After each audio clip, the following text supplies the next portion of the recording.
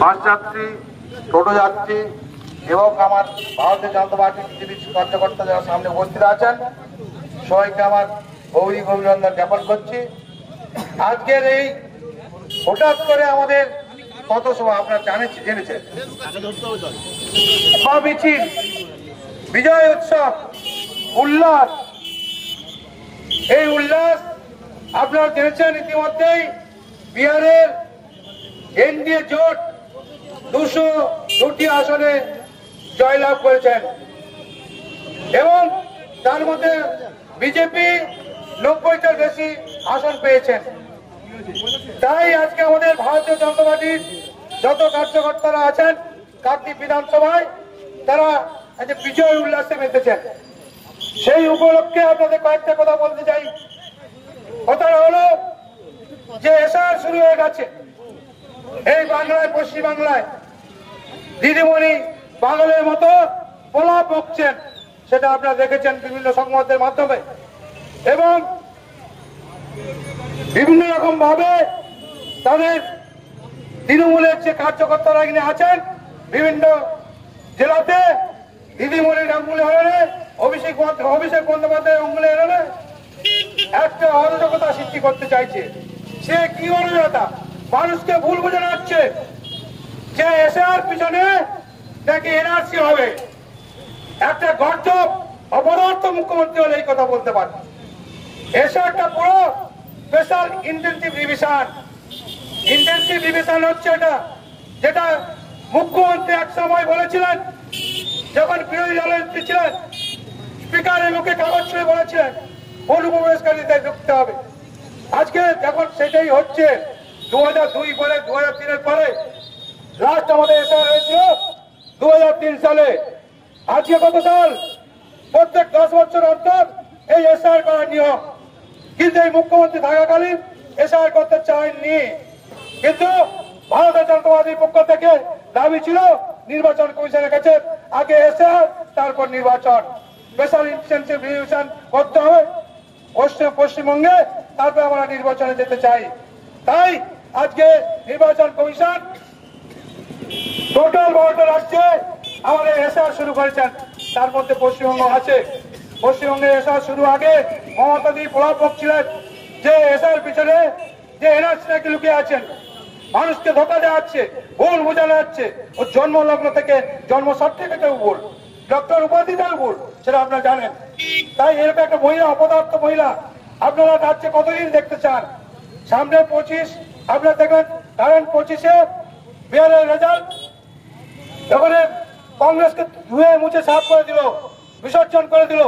আগামী দিনে আমরা এই রাস্তার দাঁড়িয়ে শপথ দিয়ে যাচ্ছি। আমরা দেখেছি 26-এর নির্বাচন এই তৃণমূলের বিসর্জন আমরা করতে চাই।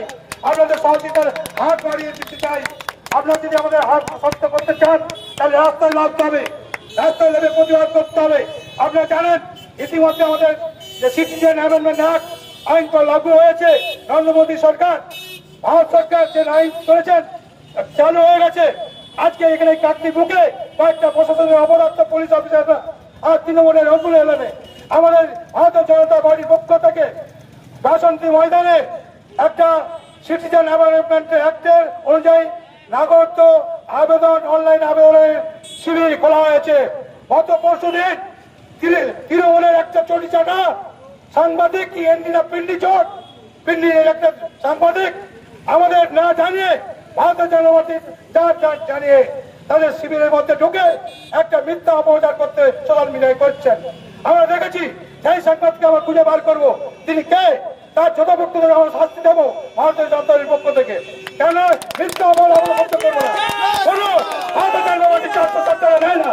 এই মন্ডুরাম পাখিরা যিনি বিধায়ক, তিনি নির্বাচক, তিনি বলেছেন কিছুদিন আগে বিধানসভায় বাসন্তী ময়দানের মাঠে 460 টাকার বিনিময়ে নাগরিকত্ব দেওয়া হচ্ছে, কার্ড দেওয়া হচ্ছে। আমরা কোনো কার্ড দিচ্ছি না, কোনো সার্টিফিকেট দিচ্ছি না। মিথ্যা অপপ্রচার ভারতীয় জনতা পার্টির নামে করছে। আমরা জেনে রাখুন, পরিষ্কার করে আমি বলতে চাই, আমি দীপঙ্কর জানাই আপনাদের আশ্বস্ত করতে চাই যে আমরা সাহায্যের জন্য যারা অনলাইন অ্যাপ্লিকেশন করতে পারে না, বাংলাদেশ বা পাকিস্তান বা আফগানিস্তান বাস্তু হারা হয়ে যারা বাংলায় কেন সারা ভারতবর্ষে যে রাজ্য বসবাস করছেন তাদের পাশে আমরা আছি। হিন্দু সনাতনী যদি হয়ে থাকে তাদের নাগরিকত্ব প্রদানের দায়িত্ব আমরা গ্রহণ করব, সেই আশ্বস্ত আমরা করছি। তার জন্য প্রধানমন্ত্রী যে সিটিজেন অ্যামেন্ডমেন্ট অ্যাক্ট চালু করেছিল তার বিনিময়ে ভারতীয় জনতা পার্টির পক্ষ থেকে এই অনলাইন আবেদনটা যাতে করা যায় তার ব্যবস্থা আমরা আসন করেছিলাম।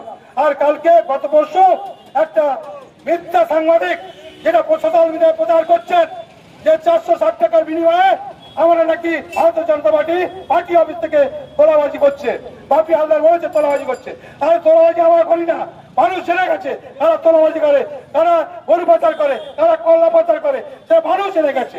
মানুষকে বলতে হবে না, জনগণকে বলতে হবে না যে কারা তোলাবাজি করছে। এখানে আপনারা বলে যাচ্ছি আমাদের ওই ক্যাম্প থেকে কোনো টাকা আমরা লেনদেন হয় না, একটাই টাকা লেনদেন হয়। সেটা আমরা পরিষ্কার করে বলতে চাই। যারা উদ্বাস্তু ওরা বাংলাদেশি মানুষ এখানে বসবাস করেন, আমাদের ক্যাম্প খোলা আছে, খোলা থাকবে যতদিন পর্যন্ত আমাদের পশ্চিমবঙ্গ বিজেপি নির্দেশ দিচ্ছে ততদিন পর্যন্ত এই পছন্দ করে ক্যাম্প খোলা থাকে। কোন কোন পুলিশ অফিসার, কোন তৃণমূল দালাল ওই ক্যাম্পে দ্বিতীয়বার ঢুকে দালালি করতে পারে সে দীপঙ্কর যেন দেখিয়ে দেবে, মিথ্যা অপবাদ দিলে দীপঙ্কর যেন দেখিয়ে দেবে তার বিজেপির কার্যকর্তাদের নিয়ে। আগামী দিনে আমরা প্রস্তুত, আমরা অপ্রস্তুত ছিলাম, আমরা খেয়াল করিনি যে একটা জানোয়ারটা আমাদের এর মধ্যে ঢুকে যাবে না জানিয়ে আমাদের সেখানে ফাইলপত্র ঘটবে এটা আমরা জানতাম না। এটা হচ্ছে তৃণমূলের চক্রান্ত। এই চক্রান্ত করে যাতে ভারতীয় বাংলাদেশ থেকে আসা যে উদ্বাস্তু বাস্তুরা নাগরিকত্ব পাক, এই তৃণমূল সরকার চায় না, এরা চায় না বাংলাদেশে এখানে থাকুক, হিন্দু সনাতনী বাংলাদেশি ভাইরা এখানে থাকুক, এরা চায় না। তাই মানুষ আপনার চিনুন, আপনার চিনতে হবে কারা সত্য কথা বলছে আর কারা মিথ্যা কথা বলছে। আর এই বিজয় উৎসবের দিনে জানিয়ে আপনাদেরকে যে আমি কষ্ট বলতে চাই যে আপনাদের ক্যাম্পে আসুন, আপনাদের যে নথিপত্রগুলো আছে নথিপত্র নিয়ে আসবেন। আর আপনার ব্যাংকে যদি মিনিমাম 60 টাকা রাখবেন, কেন আমাদের এই ক্যাম্প থেকে অনলি ফর 60 টাকা নেওয়া হয়, অন্য কিছু ক্যাম্প থেকে নেওয়া হয় না। যারা অনলাইনের মাধ্যমে পেমেন্ট করতে না পারবেন তাদের জন্য আমাদের ওখানে যে কার্যকর্তা বসেন তার অ্যাকাউন্টে পেমেন্ট করা হয়, সেই পেমেন্টের টাকাটা ওনাকে দেওয়া হয়। তার বিনিময়ে 50 টাকা রসিদ পান, রসিদ আমরা দিই। এই যে মিথ্যাবাদ আমরা নাকি রসিদ দিই না, আর পুরো ডাল মিথ্যাবাদী করছে এই তৃণমূলের ডাল না। যারা এখানে সাংবাদিকতা করেন, ইউটিউব চালান, সেই সব দালালরা বসে বিজেপি নামে একটা অপরাধ দিতে হয়েছে। এই অপরাধ আমরা সহ্য করবো না।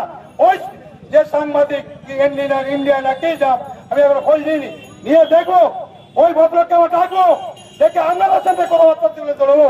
আজকে আমি কথা দিয়ে গেলাম, যেটা আমাদের নয়। আইনি ব্যবস্থা যেটা করা হচ্ছে, পাশের চেম্বার শুনলাম যে একটা পাশের চেম্বারে একটা আইনি ব্যবস্থা করা হয়েছে। আইন অ্যাডভোকেটরা কে নিবে কি তার ফিস আমরা কোনো সাহায্য করে দিই না। হিন্দু সার্টিফিকেট লাগবে আমরা কোনো সাহায্য করে দিই না। যিনি কোথা থেকে আনবেন সে তার ব্যাপার। যার নাগরিকত্ব আবেদনের জন্য যে যে কাগজপত্র লাগবে তার অ্যাপ্লিকেশন নিয়ে আসবেন, আমার ক্যাম্প খোলা আছে আমরা করে দেবো। এখনো বলে যাচ্ছি যে ক্ষমতা রাখে এই পুলিশ অফিসার আটকাক, কোনো পারমিশনের দরকার নাই, কোনো ভিডিওকে ইন্টিমেশন দরকার নেই, কোনো এডুকেশন আমার জানা নেই, কোনো ছাড়া গিয়ে আমরা জানাতে যাবো না। একবার ক্যাম্পটা বন্ধ করে দেখুন, যদি সাহস থাকে আপনি ক্যাম্প বন্ধ করবেন কালকে, তারপর আমরা দেখে নেবো কি করে আমরা নাগরিকত্ব প্রদান করতে পারি অনলাইনের মধ্যে। ক্যাম্প একটার থেকে 100 ক্যাম্প করে বলবো, আপনার ক্ষমতা থাকে আটকে দেখাবেন, আজকে দেখাবেন। আজকে প্রশাসনকে আমি বলে যাচ্ছি ক্ষমতা থাকে ক্যাম্পটা বন্ধ করে তালা প্রচার করছেন, ক্যাম্প বন্ধ হয়ে গেছে। আমি আপনাদের কাছে বলে যাচ্ছি কোনো ক্যাম্প আমাদের বন্ধ হয়নি, ক্যাম্প লাগু আছে, চালু আছে। আপনি আসবেন, ইদানিং রিসেন্ট ঘটনা ঘটে যা চোখের সামনে, এই মন্টুরাম পাখিরার চেম্বারের সামনে ঘটে যা ঘটনা আপনি জানেন না? ওই যে মুসলিম ভাইটা অ্যাডভোকেট নাকি নাম শুনেছি, মানোয়ার আলী আলম, তিনি একটা আমাদের হিন্দু বোনকে ধর্ষণ করে ফাঁসি মঞ্চে ঝুলি দিয়ে গেছে। এটা কি জানে আপনার সামনে কোর্ট, কোর্টের মধ্যে এই ঘটনা ঘটছে, অন্যান্য পক্ষে জানে না, প্রশাসন জানে না, তাকে অ্যারেস্ট করতে পারলো না। তারা আবার নাকি সাধারণ মানুষের সেবা করবে, তারা নাকি সাধারণ মানুষের পাশে দাঁড়াবে, তারা নাকি মহামাটির সরকার। মহামাটি মাটি মা হচ্ছে লাঞ্ছিত, মা হচ্ছে ফাঁসির মঞ্চে ঝুলছে, মাটি হচ্ছে রক্তাক্ত, আর মানুষকে দিশারা করার কাজ এদের এই কাজ। অতএব বলল আমি এই বিজয় উৎসবে আর বেশি কিছু বলবো না, আপনারা বিজয় উৎসবের সঙ্গে সামিল হন। এটা ছোট বিজয় উৎসব হলো, আগামী দিনে আরো বড় করে এই বিজয় উৎসব কার্যক্রমের মতো করবো এই আশা রেখে আপনাদের সবাইকে নমস্কার জানিয়ে ধন্যবাদ জানিয়ে আপনারা সবাই ভালো থাকুন। ভারত মাতা কি জয় হোক, এটাই আমার চাই। ভারত মাতা জয় হোক। আপনারা দেখেছেন বিহারে জয় আছে, এবং কাকদ্বীপ বুক কেন, পশ্চিমবঙ্গে ভারত মাতা জয় হোক, এটাই আমি চাই। এই বলে আমি ক্ষুদ্র বক্তব্য আপনাদের সাথে শেষ করলাম। আর বন্দে মাতরম।